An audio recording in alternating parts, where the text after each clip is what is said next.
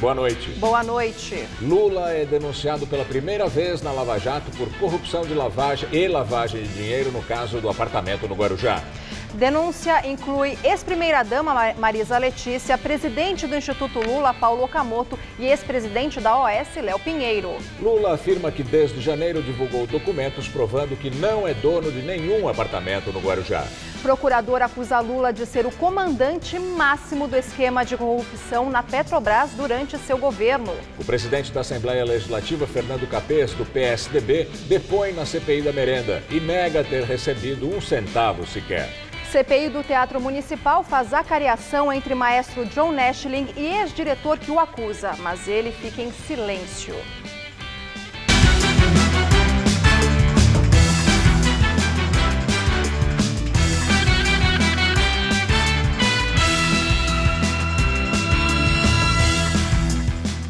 O depoimento do presidente da Assembleia Legislativa de São Paulo, Fernando Capês, à CPI da merenda, foi marcado por confusão. A Polícia Militar usou spray de pimenta para conter os estudantes que foram acompanhar a sessão. Capês foi citado por vários investigados como beneficiário do esquema. Ele nega. Antes da sessão da CPI começar, houve muita confusão. Estudantes que não tiveram acesso ao plenário entraram em confronto com policiais militares, que usaram spray de pimenta para conter as manifestações.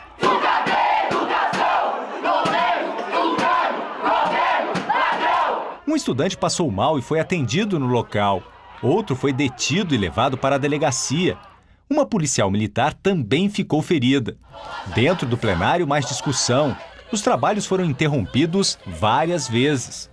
Quase 2 horas já do início da sessão e os trabalhos precisaram ser interrompidos mais uma vez. Agora, deputados que formam a bancada do Partido dos Trabalhadores decidiram sair do plenário e dizem que não vão participar dos trabalhos nesta situação. Nós estamos se retirando da CPI, porque nós consideramos que é uma injustiça que está acontecendo com os estudantes. O Capês querendo depor sem qualquer acompanhamento público de quem foi o vitorioso, porque essa CPI só tem porque os estudantes acamparam aqui na Assembleia. A primeira testemunha a falar foi Luiz Carlos Gutierrez, assessor do deputado Fernando Capês, que afirmou não ter envolvimento com a máfia da merenda. Fiquei surpreso porque jamais tive qualquer envolvimento nesse assunto de merenda, ou junto à Secretaria de Educação, não é minha função. O depoimento mais esperado pelos membros da CPI era o do presidente da Assembleia, Fernando Capês, do PSDB.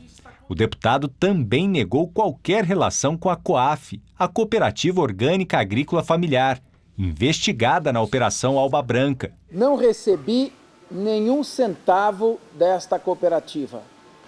Não recebi nenhum centavo, nem diretamente, nem por interposta pessoa.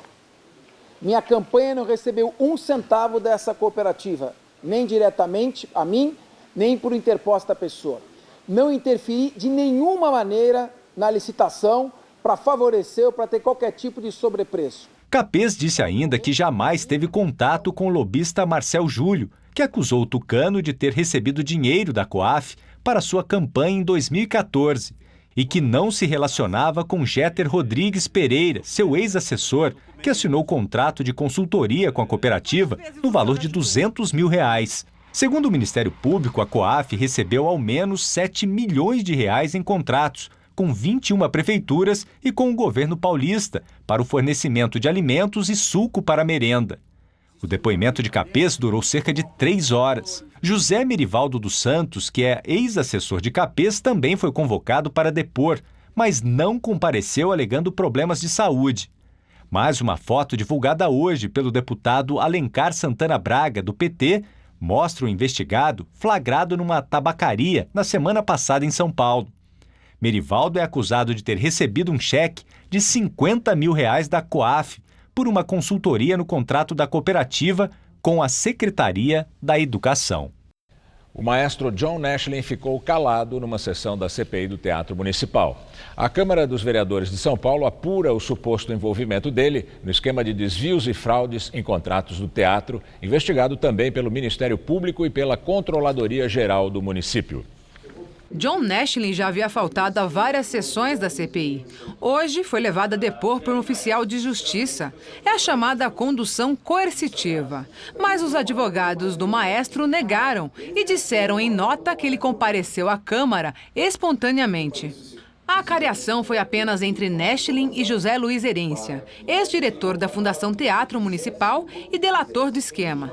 O Ian Nacket, ex-diretor do Instituto Brasileiro de Gestão Cultural e também delator, não compareceu.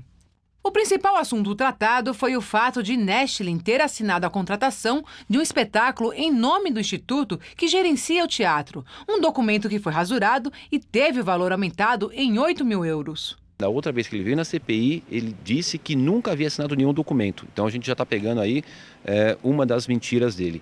E ele assinando pelo IBGC fazendo contratações. Isso é muito sério, isso é muito grave, isso demonstra o envolvimento do maestro John Naschlin nesse processo de desvio do Teatro Municipal. E agora nós aprovamos um requerimento, vamos fazer o exame grafotécnico, mandar para a polícia, para o Instituto Criminalístico, para poder fazer a comparação da assinatura dele, mas a gente já tem muita evidência e sabe que a assinatura é dele.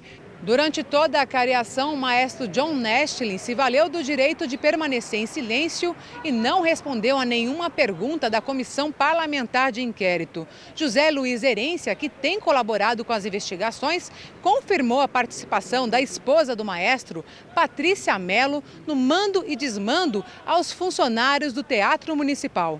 A escritora Patrícia Mello é sócia do marido na empresa de gestão cultural que prestava serviços ao teatro. Vamos continuar tentando trazer a Patrícia Mello Naschlin. O teatro é da população da cidade de São Paulo e não pode haver um dono dentro do teatro municipal. O maestro Naschlin se comportou como se fosse o dono do teatro municipal e a sua esposa, maior acionista da empresa PMM, também se comportou como tal. Para o vereador, presidente da comissão, não há dúvidas de que Naschlin teve participação nas várias irregularidades citadas hoje por Herência, embora ele não tenha se pronunciado. Desde o início da investigação, a defesa do maestro nega o envolvimento dele no esquema que teria desviado cerca de 18 milhões de reais do Teatro Municipal. O ex-presidente Lula foi denunciado pela primeira vez na Operação Lava Jato por corrupção e lavagem de dinheiro no caso do triplex em Guarujá. Para o Ministério Público Federal, ele era o comandante máximo do esquema de corrupção na Petrobras durante seu governo. Para terminar o relatório, o trabalho foi até tarde ontem. O Ministério Público Federal do Paraná diz que Lula recebeu vantagem indevida da construtora OAS, acusada de corrupção na Petrobras. Para os procuradores, foi sob a orientação da família de Lula que foi feita a reforma no triplex no edifício Solares, em Guarujá. Lula e a ex-primeira-dama Marisa Letícia chegaram a visitar as obras na companhia de Léo Pinheiro, o ex-presidente da OAS. O apartamento de 215 metros quadrados, construído pela Bancop, a cooperativa do Sindicato dos Bancários, foi adquirido pela OAS e reservado para a mulher de Lula. Quando o caso veio à tona, a família anunciou que tinha desistido do negócio. A obra bancada pela empreiteira, que custou R$1.100.000, inclui móveis planejados, eletrodomésticos e a instalação de um elevador privativo, como mostra a foto anexada ao laudo da Polícia Federal. O procurador do Ministério Público, Deltan Dallagnol, coordenador da força-tarefa da Operação Lava Jato, diz que Lula foi identificado como o chefe do esquema que desviou 88 bilhões de reais da Petrobras e que os valores das vantagens e propinas para o ex-presidente somam R$3.700.000. O Ministério Público Federal não está julgando aqui quem Lula foi ou é como pessoa. Não estamos julgando quanto seu governo foi ou não foi bom, ou quanto ele fez ou não fez pelo povo brasileiro. Não. O que o Ministério Público faz aqui é imputar a ele a responsabilidade por crimes de corrupção e de lavagem de dinheiro em um contexto específico, afirmando qual é a medida da sua responsabilidade com base em evidências. Para o Ministério Público Federal, Lula poderia ter determinado a interrupção do esquema criminoso. Nós passaremos a apresentar o conjunto de evidências e de contexto que nos fazem concluir, para além de qualquer dúvida razoável, que Lula foi o comandante do esquema criminoso descoberto pela Lava Jato.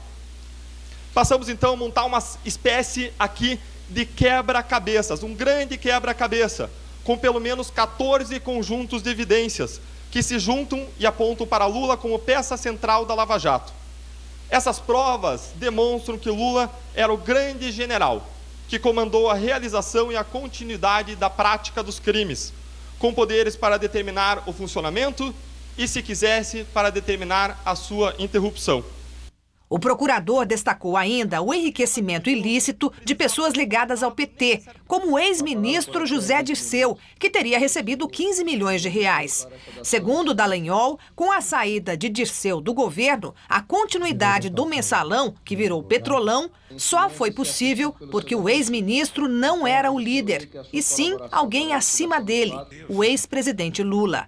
E que ele usou do esquema na Petrobras para se tornar politicamente forte, manter e ampliar a base aliada. Há muitas evidências de que esse esquema era partidário, sendo gerenciado primordialmente pelo Partido dos Trabalhadores. É o significado da continuidade do esquema criminoso do mensalão na modalidade Petrolão, mesmo após a saída de José Dirceu do governo em 2005, o que não deixa outra hipótese, senão a de que Lula era o comandante do esquema. Ainda segundo Dallagnol, as delações premiadas do ex-deputado Pedro Corrêa, do PP, e do senador cassado Delcídio do Amaral, ex-PT, e do lobista Fernando Baiano foram peças fundamentais de um quebra-cabeça. Sem o poder de decisão de Lula, esse esquema seria impossível. Se o juiz Sérgio Moro aceitar a denúncia, Lula vira réu pela primeira vez num processo que resulta da Operação Lava Jato. O ex-presidente já responde a uma ação, mas que tramita no Distrito Federal, na qual ele é acusado de tentar comprar o silêncio do ex-diretor da Petrobras, Nestor Cerveró. Desde fevereiro, Lula vinha apelando a instâncias superiores para tentar escapar da alçada do juiz Sérgio Moro. Na semana passada, o ministro Teori Zavascki, do Supremo Tribunal Federal, rejeitou um desses recursos. Lula também é investigado no caso do sítio em Atibaia, frequentado pela família do ex-presidente, e que teria sido reformado com a ajuda da Odebrecht. Os investigadores suspeitam que Lula seja o verdadeiro dono do sítio. Além dele e da ex-primeira-dama, foram denunciados à Justiça o presidente do Instituto Lula, Paulo Okamoto, o dono da UAS, Léo Pinheiro, preso na Lava Jato, Paulo Gordilho, arquiteto e ex-executivo da UAS, Agenor Franklin Magalhães Medeiros, ex-executivo da UAS, Fábio Rory Ionamini, ex-presidente da UAS Investimentos, e Roberto Moreira Ferreira, que também é ligado à OAS. Quando soube da denúncia, antes da entrevista dos procuradores, Lula se comparou ao ex-presidente Juscelino Kubitschek. Nas redes sociais, publicou a seguinte frase: curiosidade histórica, JK foi acusado de ser dono de imóvel em nome de amigo. No Facebook, o ex-presidente voltou a dizer que não é dono do triplex, que já tornou públicos os documentos que provam isso e que jamais dormiu sequer uma noite no apartamento. Agora há pouco, o advogado de Lula, Cristiano Zanin Martins, afirmou que seus clientes não praticaram nenhum dos crimes citados na denúncia. Na minha opinião, há flagrantemente falta de justa causa para que esta denúncia possa ser recebida pelo Poder Judiciário. Eu ainda tenho a expectativa de que haja algum tipo de prevalência da razão e do direito. Mas, no entanto, nós não podemos desconsiderar a existência desse histórico que está devidamente formalizado em petições, recursos e até mesmo num comunicado feito à ONU em julho deste ano. Eu entendo que há, sim, um cenário de perseguição e, mais do que isso, há uma real intenção de tirar o ex-presidente Lula do cenário político-eleitoral para 2018. O Jornal da Gazeta procurou a defesa dos outros 5 denunciados. O advogado Eduardo de Carvalho, que representa Léo Pinheiro, e Agenor Franklin Magalhães Medeiros, disse que não irá se manifestar. O advogado Cal Garcia, que defende Fábio Ori Ionamini e Roberto Moreira Ferreira, afirmou que no momento não tem nada a declarar sobre o assunto. Procurada, a empresa OAS também informou que não vai se manifestar. Não conseguimos contato com a defesa do arquiteto e ex-diretor da OAS, Paulo Gordilho. E direto de Brasília, Josias de Souza fala sobre a denúncia contra o ex-presidente Lula na Lava Jato. Ao classificar Lula como comandante máximo do maior esquema de corrupção já detectado no país, a força-tarefa da Lava Jato rendeu homenagens à lógica e à inteligência de Lula. A acusação homenageia a lógica porque qualquer um enxergaria o que se passou na Petrobras. Homenageia a inteligência de Lula porque todos sabem que Lula não é qualquer um. E as evidências colecionadas pelos investigadores indicam que Lula se beneficiou política e financeiramente da roubalheira. O Brasil vive um momento histórico. Poucos dias depois da deposição de Dilma Rousseff, chega a denúncia da Lava Jato contra Lula. E ela chega em termos mais devastadores do que todos poderiam supor. Lula e o PT voltam a entoar a cantilena da perseguição política. Isto é uma tolice. O que há hoje no Brasil é avanço institucional. Pela primeira vez, o brasileiro tem a percepção genuína de que todos são verdadeiramente iguais perante a lei. No momento, a tradicional pose de vítima de Lula e o velho discurso do PT de que tudo se limita a uma tentativa de inviabilizar a candidatura presidencial de Lula para 2018, tudo isso tem pouca ou nenhuma serventia. Lula deixou a presidência da República como um campeão de popularidade, com uma aliada no seu lugar e com a certeza de que voltaria ao cargo. Hoje, Lula convive com o medo de parar na cadeia. Lula enfrenta o seu adversário mais implacável, a lei. Contra um rival assim, o lero-lero político tem pouca serventia. Boa noite.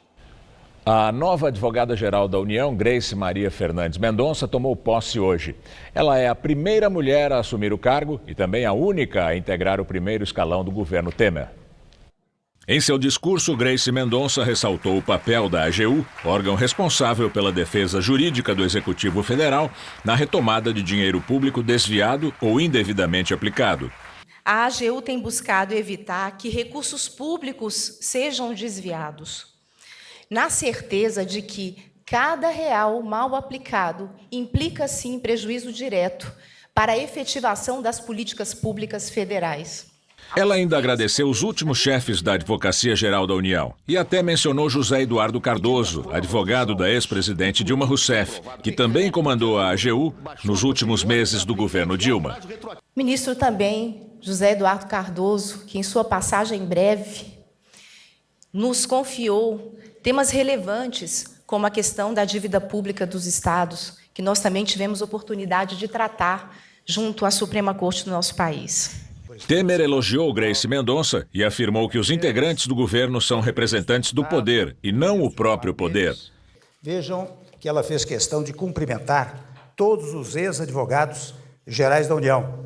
Na afirmação mais válida, mais solene, mais constitucional, de que o que vale não são as pessoas, são as instituições. O que nós temos que preservar são exatamente as instituições. E este foi mais um exemplo que a doutora Grace acabou de produzir. Grace Maria Fernandes Mendonça entra no lugar de Fábio Medina Osório, que foi demitido depois de uma briga com o ministro da Casa Civil, Eliseu Padilha. Em entrevista à revista Veja, o ex-advogado-geral da União disse que o governo quer abafar a Lava Jato. Padilha negou a acusação. Líder católico conhecido como um dos símbolos da resistência contra a ditadura no Brasil, defensor dos pobres e da liberdade, o ex-arcebispo da maior arquidiocese do país, Dom Paulo Evaristo Arnes, completa hoje 95 anos de idade. Foram anos cobrindo as andanças do líder da Igreja Católica.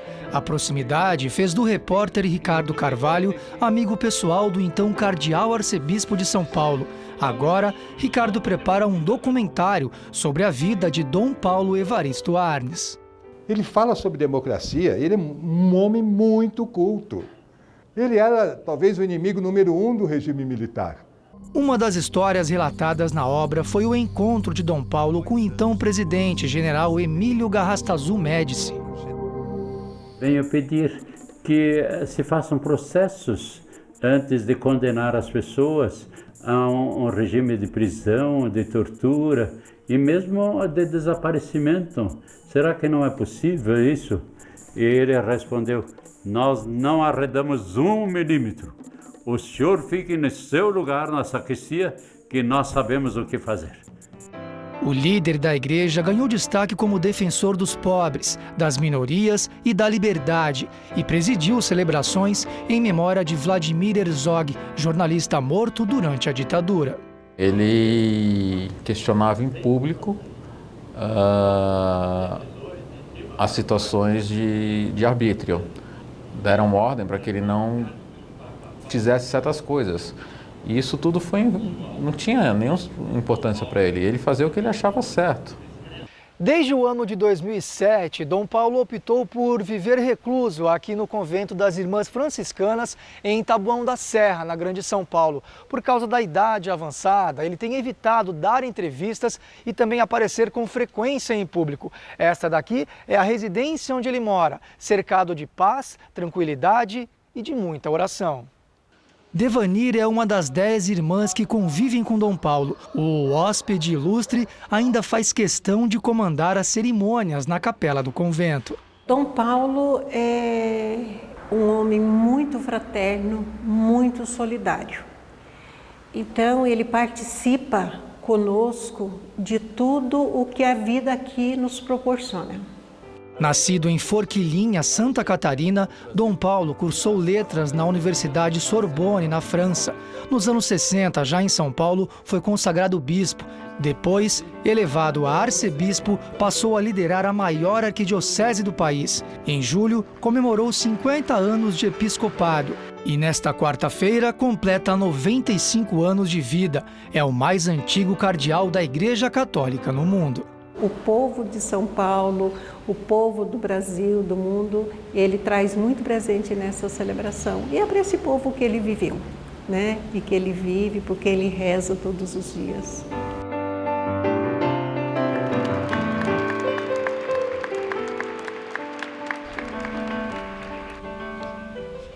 Ilana Mota, mãe do deputado federal da Paraíba, Hugo Mota, do PMDB, vai para a prisão domiciliar. Ela foi presa preventivamente na última sexta-feira em Patos, no sertão da Paraíba. Ex-chefe de gabinete da Prefeitura de Patos, ela é investigada por supostas fraudes em licitações e contratos públicos de locação de veículos feitos pela administração municipal. São investigadas fraudes de mais de 11 milhões de dinheiro público. Ela nega as acusações. Defesa do ex-deputado Eduardo Cunha apresenta à Câmara um recurso pedindo a suspensão da cassação do mandato do PMDBista, até que o plenário analise se deveria ter sido votado o parecer que pedia uma pena mais branda para ele. Mas, segundo a Secretaria-Geral da Câmara, o regimento interno não prevê nenhum tipo de recurso em caso de cassação. O recurso só seria aceito se tivesse sido apresentado durante a sessão que votou a cassação de Eduardo Cunha, e isso não aconteceu. E agora vamos ao comentário de política com Bob Fernandes. O Ministério Público Federal denunciou Lula por corrupção e lavagem de dinheiro. Há pouco, o procurador Dallagnol acusou Lula de ser maestro do esquema criminoso na Lava Jato. Na véspera, Léo Pinheiro, da OAS, preso novamente por ordem de Moro, disse ao juiz querer contar tudo sobre todos. Mas Moro não pode tratar de quem tenha mandato, foro privilegiado. Com racha entre procuradores de Curitiba, a delação de Léo só com aval do procurador Janot. A delação parou quando vazaram contra Toffoli do Supremo. Daquilo se aproveitou Janot para suspender delação que Léo Pinheiro negociava. Léo negociava delatar, além do PT, propinas de governos de Serra, Aécio e Alckmin. Moro agora cutuca Janot, enquanto procuradores denunciam Lula como líder da propinocracia. Denunciar e buscar prender Lula ao mesmo tempo em que se congela a delação contra presidenciáveis do PSDB provoca divisão entre procuradores. Questão de imagem da Lava Jato. Não é coincidência a denúncia contra Lula se dar só depois de Eduardo Cunha cassado. Para salvar não a si da prisão, mas a mulher Cláudia, Eduardo Cunha estuda delação, que se vier não será de imediato. Tempo, alcance e alvos dependem do que Cunha tenha a ganhar em troca. Basta lembrar além da lei dos portos e santos, o que Janot já manifestou. Em documento para o ministro Teori, Janot escreveu: Eduardo Cunha cobrou Léo Pinheiro por ter pago de uma vez para Michel Temer a quantia de 5 milhões.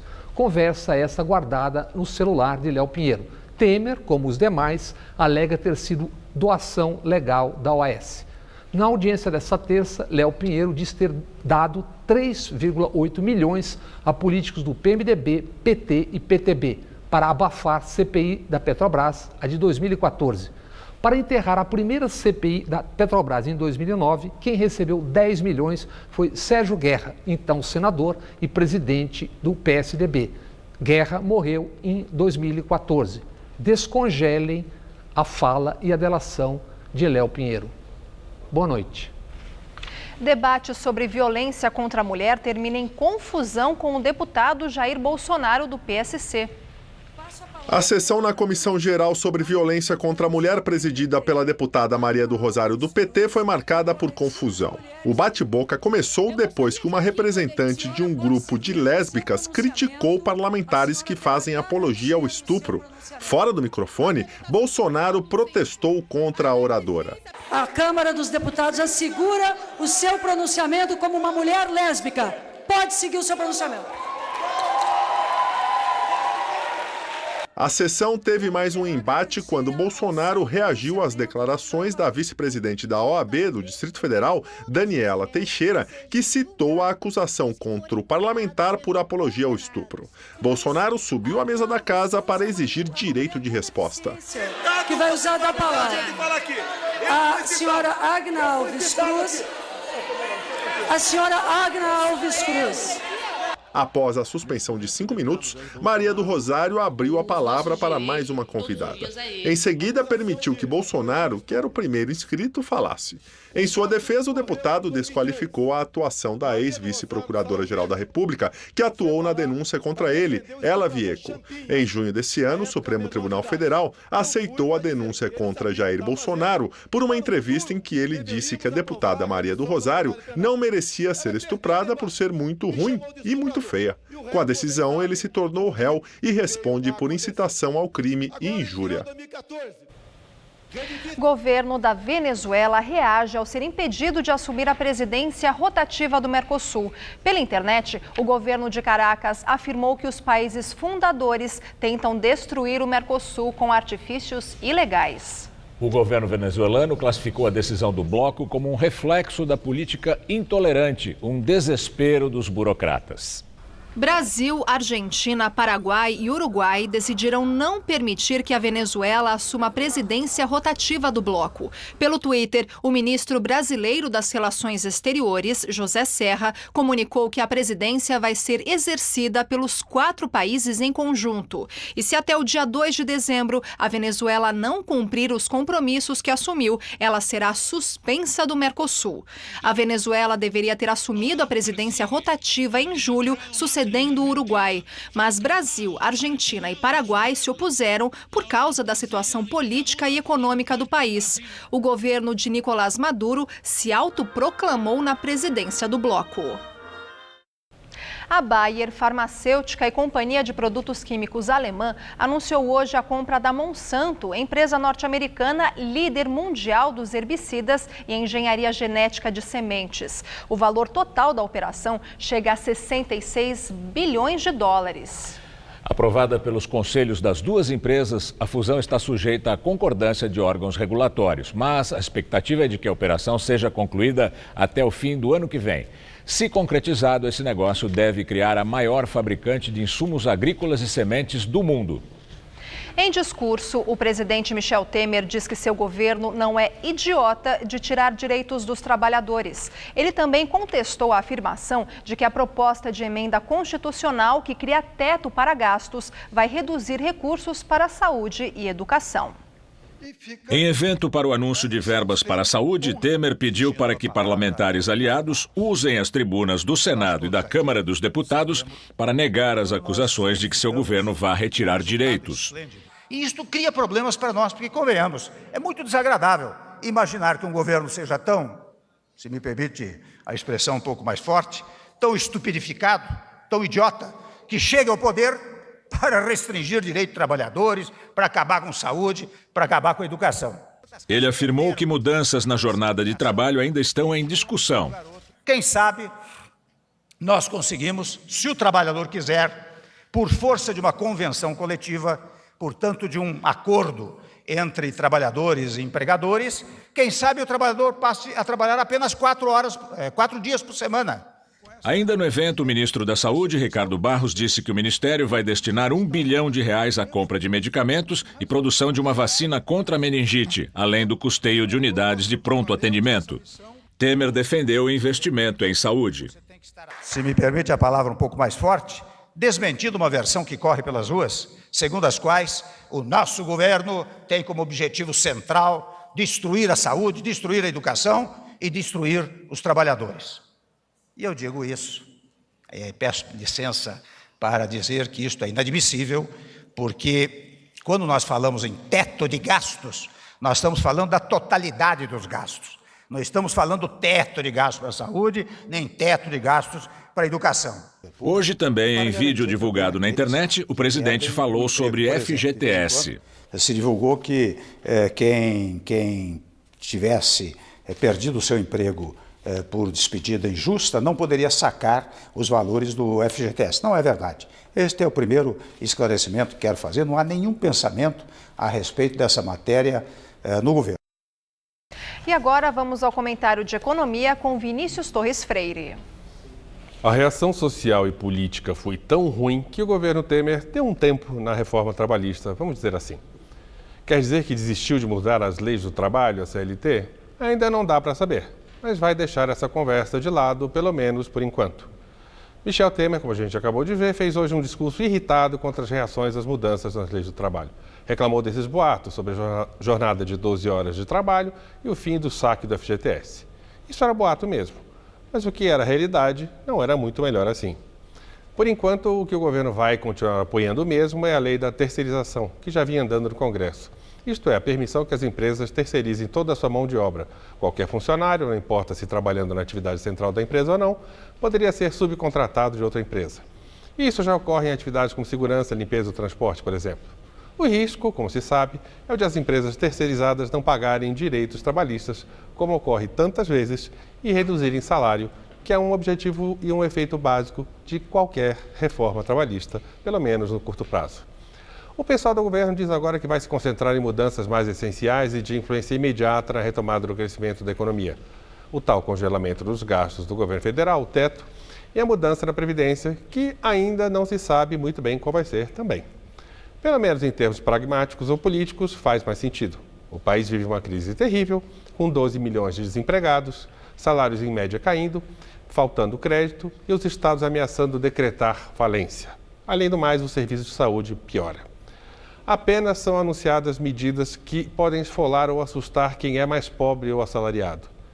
Defender mais uma reforma amarga pode prejudicar a principal, a contenção de gastos do governo, que vai permitir a queda de juros e o começo de alguma recuperação econômica. Isso deve ser votado até o fim do ano. Se aprovado, porém, o governo pode mesmo voltar com tudo na mudança da CLT. Boa noite. Hoje tivemos a madrugada mais quente do inverno. A mínima foi de 22 graus ao amanhecer. E a tarde também foi bem abafada, com máxima de 29, com muita nebulosidade e chuvas pontuais. Agora à noite o vento deve mudar de direção, a cidade vai ganhar um refresquinho e ainda pode chuviscar. Vamos aos detalhes da previsão para amanhã com Mariana Armentano.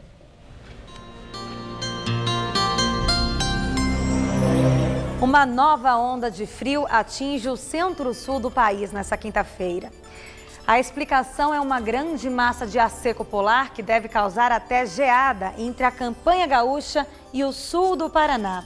Já na região sudeste, a frente fria avança e provoca chuva a qualquer hora no Rio de Janeiro e a formação de nuvens carregadas sobre Minas Gerais e o interior de Goiás, onde chove mais a partir da tarde, e essa condição vale também para a região norte do país por causa do tempo abafado. Já nessa área em amarelo, entre o Espírito Santo e todo o interior do Nordeste, o tempo fica firme, quente e bastante seco. Não vai fazer mais que 20 graus amanhã na capital gaúcha, 22 em Floripa. No Rio, o calor diminui para 31 graus, em BH faz 32 e em Palmas, no Tocantins, calorão intenso ainda na casa dos 40 graus. Já que em São Paulo, a frente fria se afasta e quem avança agora é o ar polar, que deixa as temperaturas mais baixas. Faz frio ao amanhecer em todo o estado, mas ao longo do dia, com a ajuda do sol, esquenta. Vai fazer até 27 graus em Presidente Prudente, 28 em Presidente Bernardes e 33 graus na cidade de Ribeirão Preto. Em Caraguatatuba, no litoral, vai fazer só 20 graus amanhã. Isso porque tanto a costa quanto o Vale do Paraíba terão um dia de muita nebulosidade e a chuva a qualquer hora. Já aqui na capital, o tempo fica firme e as temperaturas mais amenas. Nessa próxima madrugada, teremos mínima de 14 graus e máxima de 24 amanhã à tarde. Na sexta-feira, mais friozinho, faz só 22 graus durante o dia e temos chance de chuva. No sábado, esquenta, faz até 28 graus, mas ainda pode chover de forma pontual. Pesquisa Ibope sobre a corrida para a Prefeitura de São Paulo mostra Celso Russomano em primeiro. Marta e Dória estão empatados em segundo. A pesquisa tem margem de erro de 3 pontos. Na última pesquisa de agosto, Russomano, do PRB, liderava com 33%. Agora, ele tem 30%. Marta Suplicy, do PMDB, tinha 17% e agora tem 20%. O tucano João Dória tinha 9% e agora aparece com 17%, empatado com Marta na margem de erro. Candidato à reeleição, Fernando Haddad, do PT, tinha 9% e manteve esse percentual. Luiz Erundina, do PSOL, tinha 9% e agora tem 5%. Major Olímpio tinha 2% e agora tem 1%. João Bico, do PSDC, e Levi Fidelis, do PRTB, aparecem neste levantamento com 1% cada um. Altino, do PSTU, Ricardo Yang, da Rede, e Henrique Arias, do PCO, não pontuaram. Brancos e nulos somaram 13%. Não sabem, 3%. Essa pesquisa, encomendada pela TV Globo e pelo jornal Estado de São Paulo, está registrada no Tribunal Regional Eleitoral. O Ibope ouviu 1.001 eleitores da capital entre os dias 10 e 13 de setembro. Na entrevista do dia com Maria Lídia Flandoli, a polêmica atuação da PM de São Paulo nas manifestações de rua. Nosso convidado é o deputado estadual Coronel Camilo, do PSD, que já foi vereador e comandante da PM de São Paulo. Muito obrigada, deputado. Obrigado, eu quero começar exatamente, deputado, com a atuação da PM. O senhor tem uma experiência vivida de 33 anos na PM de São Paulo. Então, eu quero ouvi-lo sobre isso, porque a PM, a atuação da PM desencadeia uma polêmica. As imagens mostram. Por um lado, tem muita gente que acha o máximo a atuação da PM, na repressão, ali no controle das manifestações. Tira foto, sorri, a PM faz pose, tem tudo isso. Sim. Por outro lado, tem quem diga também fora a PM. Sim. Aqueles que, com palavras, mostram o desapreço pela PM. E aí é o que acontece, a PM reage. A PM usa os seus mecanismos para atuação, as balas de borracha, o spray de pimenta, para esse tipo de ofensa também. Sim. A minha primeira indagação, a PM não leva desaforo para casa, numa reação instintiva, ou ela é orientada a responder quando houver qualquer desacato, mesmo que seja um fora PM, assim, de gente jovem, desarmada, sem escudo, sem nada? Então vamos lá, Maria Lida. Primeiro, pessoal, queria dizer para todos que a PM age estritamente dentro da lei e ela está aí para restabelecer a ordem. Quando as coisas saem do controle é que a PM vai agir para retornar, restabelecer o controle. Nos casos das manifestações, Maria Lídia, a PM, pelo contrário, ela é treinada a ouvir provocações, o policial é treinado, ele é o tempo todo, né, os repórteres que acompanham de rua sabem disso, o tempo todo a polícia é agredida, os policiais são xingados e eles permanecem. Só quando a coisa extrapola, quando quebra a ordem, eles intervêm. E aí utilizam a força legal, que a própria população destina à polícia. É claro para o PM o que é quebra de ordem. Sim. Quebra de ordem é quando coloca em risco, né, a vida das outras pessoas ou a incolumidade até dos próprios policiais, né? Vamos dar um exemplo. Vamos falar do Largo da Batata, tão comentado, né? O que aconteceu? A manifestação estava totalmente sadia, como tem que ser. Aliás, a PM é uma grande defensora das manifestações. Aqueles que não têm palco, como os políticos, que não têm uma forma de falar, como os repórteres, que às vezes não conseguem demonstrar, né, os seus desejos, pode ir para a rua se manifestar, isso é garantido constitucionalmente. A polícia faz essa garantia. O que a polícia não aceita? Quando quebra a ordem. E a própria população quer uma polícia firme, que atue, que não deixe meia dúzia estragar uma manifestação grandiosa, por exemplo. Essa do Largo da Batata. Saiu da Paulista, desceu sem problemas. Quando chegou lá, na estação, estavam empurrando todo mundo, poderia ter pisoteamento, as pessoas poderiam sair muito machucadas e aí houve a intervenção da PM. Infelizmente, tinha alguns políticos no meio também, né? E algumas pessoas que queriam o confronto, queriam essa imagem negativa. A PM não quer isso. Quer dizer, há um interesse político, no seu entender, em provocar uma ação mais violenta da PM, mais enérgica, com objetivos políticos? Isso. A PM age... Isso é claro para o senhor? É muito claro. Estavam lá 3 políticos no Largo da Batata provocando que isso acontecesse. Alguns entrando... Quem era, hein, que estava lá? Lindenberg Farias, o Paulo Teixeira e tinha mais um que eu esqueci o nome agora, que foi ex-ministro. Né? Eles estavam lá. Para quê? Para incitar a população contra a PM. A PM está lá para defender, ela não quer isso, ela quer que todo mundo... Aliás, Maria Lídia, para que vocês saibam, de 3 a 5 manifestações acontecem só no centro de São Paulo. Eu comandei 2 anos no centro, antes dos 3 anos do Comando Geral. Acontecem 3 a 5 manifestações por dia, a maioria sem problemas nenhum, a PM garante isso. Agora o que acontece? Quebrou a ordem, o cidadão de São Paulo quer isso, quer uma polícia firme, não violenta. Mas tem algo, deputado, que é intrigante. A PM vem preparada para manter, garantir a segurança de todos, dos manifestantes e dos circunstantes. Ela vem equipada, vem com os escudos, com coletes à prova de bala, vem com aquele armamento químico, vem com as balas de borracha, etc.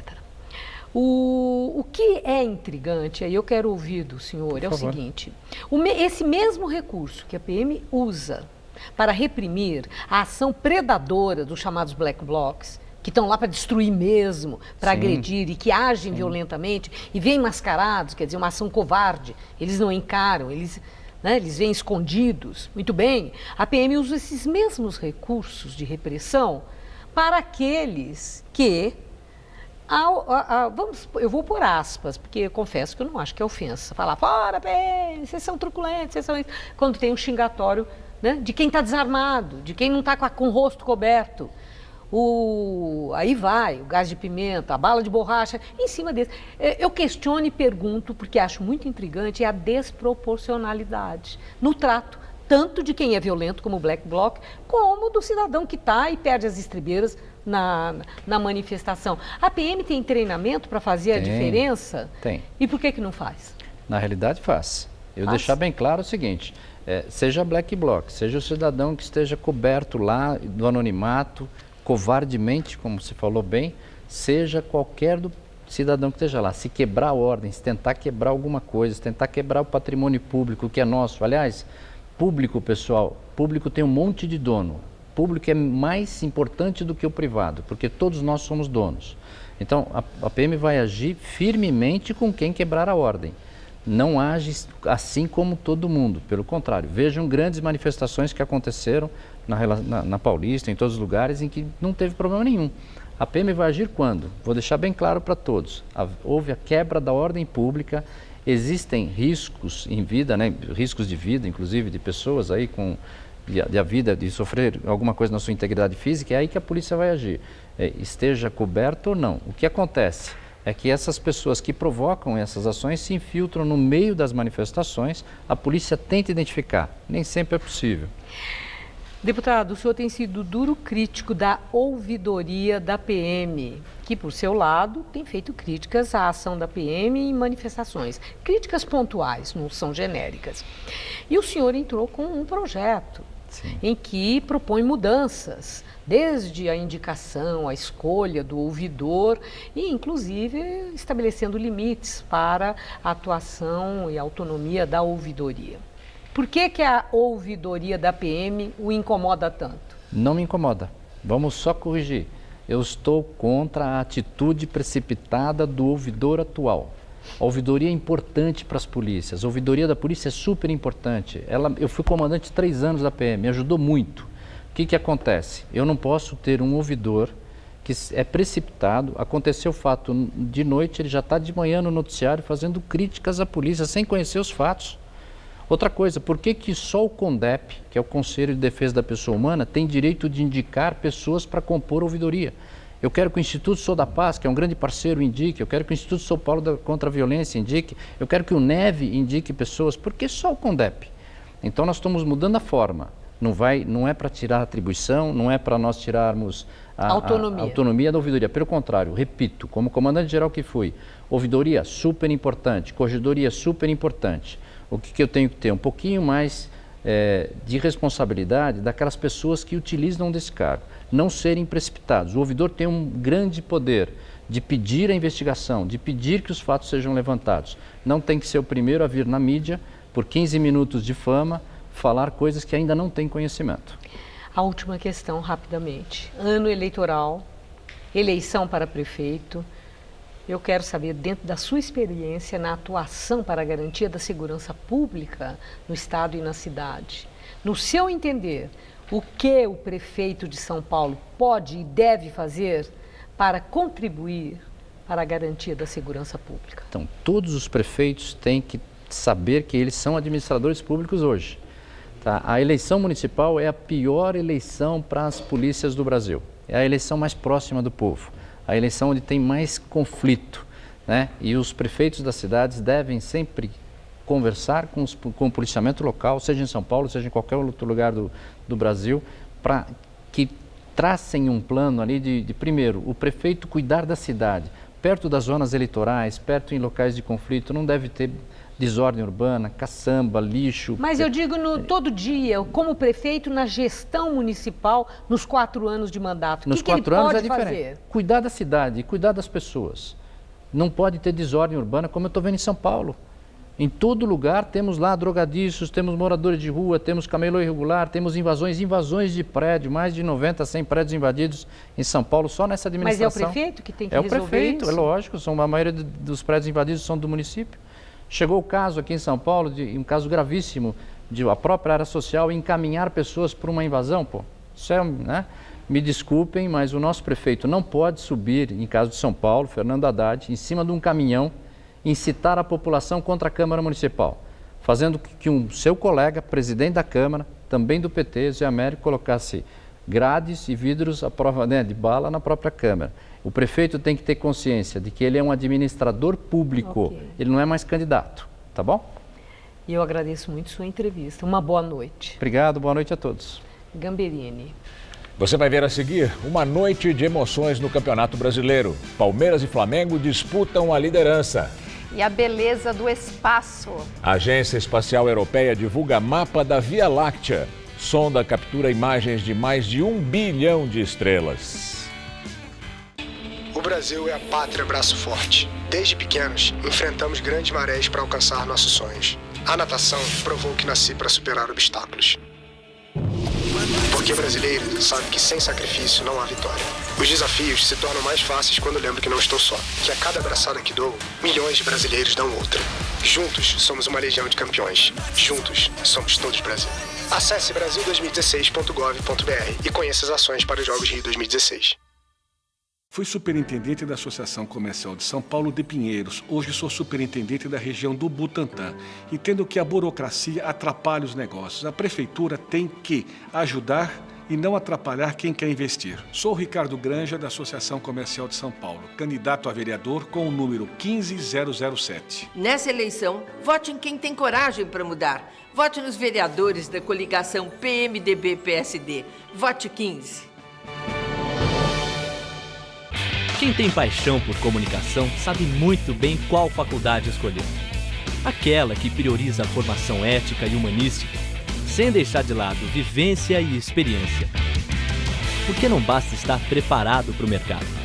É preciso estar pronto para a vida. Se você quer se formar e transformar o mundo, faça Casper Libero. Vestibular 2017.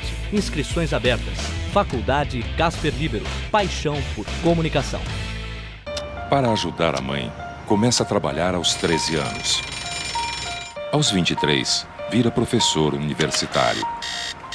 Aos 34, dá início a seu grupo empresarial. E hoje tem reunião para discutir seu plano de governo. Sempre trabalhei muito, sempre trabalhei duro, desde os 13 anos. Como prefeito, não vai ser diferente. Vou trabalhar muito, porque São Paulo precisa sair do vermelho. Zé Armando Vanucci vai ficar de olho na TV, com todo o seu de hoje. Proposta da Marta para a saúde. Marta vai contratar 2.000 médicos, principalmente especialistas, que vão trabalhar nas áreas mais carentes. Marta vai criar o Hora Ampliada. Com novos médicos, as UBSs vão funcionar até às 23 horas e também vão abrir aos sábados. Sei que prefeito não pode tudo, mas ele pode muito, se tiver coragem para falar a verdade e para fazer tudo o que estiver a seu alcance, sem truques e sem ilusão. No Todo Seu de hoje, o musical fica por conta de Cleiton e Cledir. Vem, tô te esperando. Vote 13, vote PT. Como vereador, apoio o prefeito Haddad a fazer 3 hospitais. O da Vila Santa Catarina já foi entregue. O de Parelheiros e da Brasilândia estão avançados. É o PT trabalhando para os mais pobres. Vote Alfredinho, 1310, Haddad, prefeito 13. Quero lutar para que seja assegurada a melhor qualidade de assistência à saúde na rede de saúde pública da cidade de São Paulo. 13, vote PT.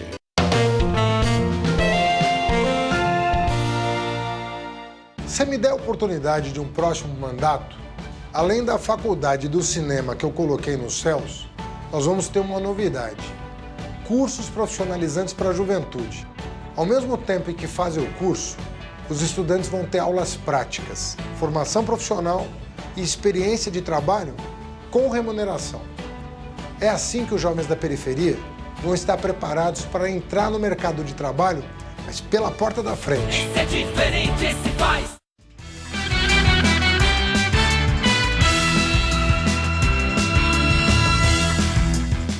E agora as notícias do esporte com Rodolfo Gamberini e Celso Cardoso. Teremos uma noite empolgante no Campeonato Brasileiro hoje. Tem até uma espécie de final antecipada, né, Celso? Pois é, Gamberini, pelo menos o clima é esse. Claro que tem muito campeonato pela frente, muita coisa pode acontecer, vai acontecer, mas o jogo Palmeiras e Flamengo, logo mais 9h45 da noite, tem status de final, clima de final. Apenas 1 ponto separa o líder do vice-líder. O Flamengo vem embalado, mas o Palmeiras tem o fator campo como maior trunfo para defender a liderança. São 38 jogos e 38 decisões. Então, é claro que é um jogo que é o líder do campeonato contra o segundo, cria uma expectativa, né, em caráter de decisão, mas como até você disse, tem 13 partidas depois e o campeonato se desenhará, né, nessa continuidade. Pode falar do resultado do Santos, Celso. Posso falar? Então tá. Então, além de Palmeiras e Flamengo, temos hoje pelo Brasileirão 2 jogos acontecendo neste momento. Figueirense está jogando com a América Mineiro em Florianópolis, por enquanto 0-0. E o Botafogo encara o Santos no Rio de Janeiro. E o Santos está ganhando exatamente por 1-0 como visitante. Ele não costuma se dar bem, mas hoje está se dando bem como visitante. Às 9h jogam Santa Cruz e Atlético Paranaense, Ponte Preta e Grêmio. E às 9h45 o Corinthians enfrenta o Curitiba na capital paranaense. Para o Corinthians, só a vitória garante a equipe no G4, até porque o Santos está ganhando, já está ultrapassando o Corinthians. E é difícil esse jogo para o Corinthians? Muito, muito difícil. Por quê? O Curitiba está fugindo da zona de rebaixamento, está crescendo no campeonato e o Corinthians vive um período de crise. Só tem meio tempo instável, bom. Né? Jogou o segundo tempo bem contra o Sport e jogou o primeiro tempo bem contra o Santos. Agora precisa fazer realmente 2 tempos mais regulares. O que chama atenção mesmo é esse jogo Palmeiras e Flamengo.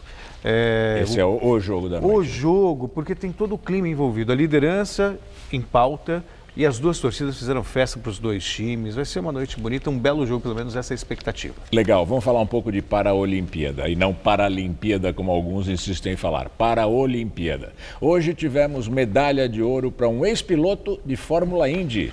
15 anos depois de sofrer um gravíssimo acidente na Fórmula Indy, que provocou a amputação das 2 pernas dele, o italiano Alessandro Zanardi foi medalha de ouro no ciclismo de estrada contra o relógio da classe H5.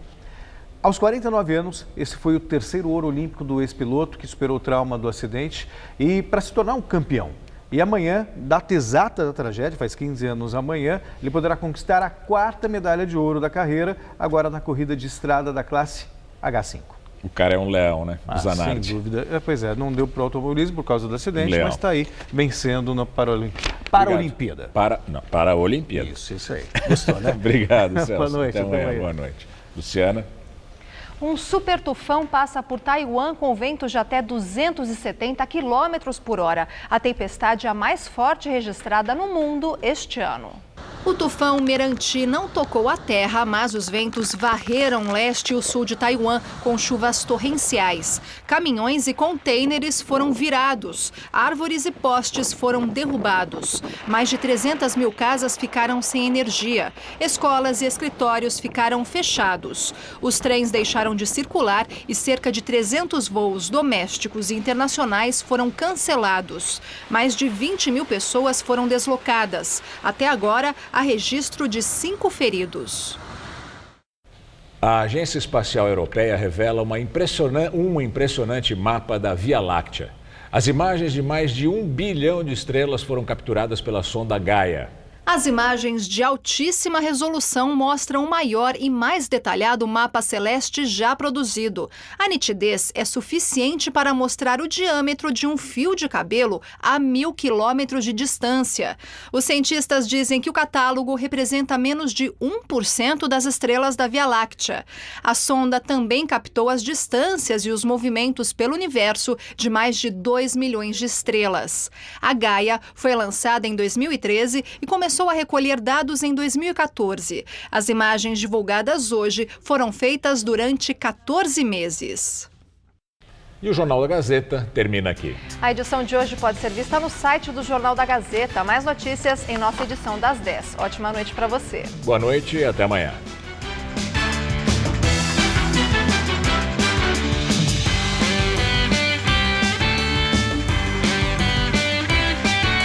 Confira o debate dos candidatos à Prefeitura de São Paulo, neste domingo, 6h30 da tarde.